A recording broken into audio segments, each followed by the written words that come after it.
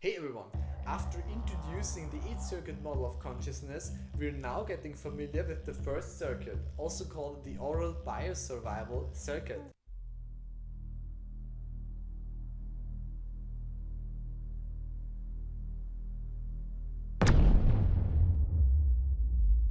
Activities in that circuit form the very basement of our experience, and imprints on the oral biosurvival circuit have been influencing our whole lives and may continue in doing so until our bodies will enjoy a friendly visit by death.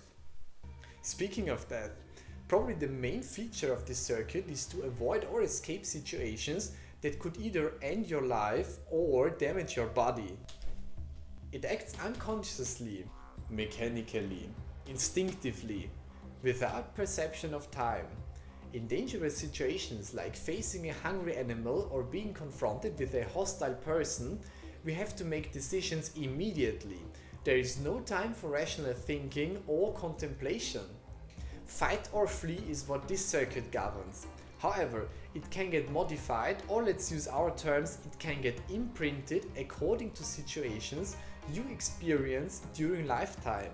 As already mentioned in the introductional video to the 8-circuit model of consciousness, the main part of the imprints to this circuit is done at specific phases of life.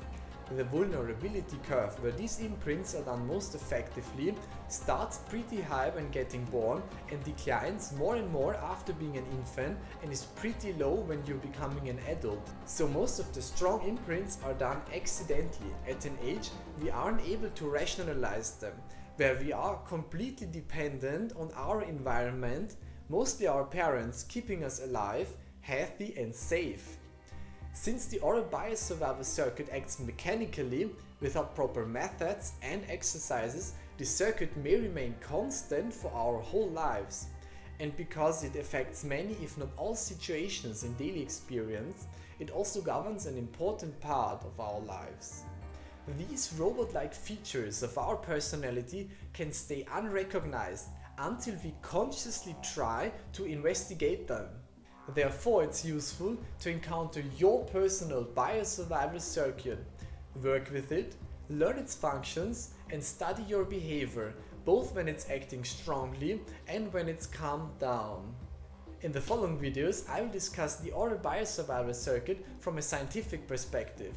I'll also try to give examples on how the circuit was treated from a religious, occult, shaman or mystical approach. Furthermore, I'll show you ways on how to activate this circuit and become aware of its impact.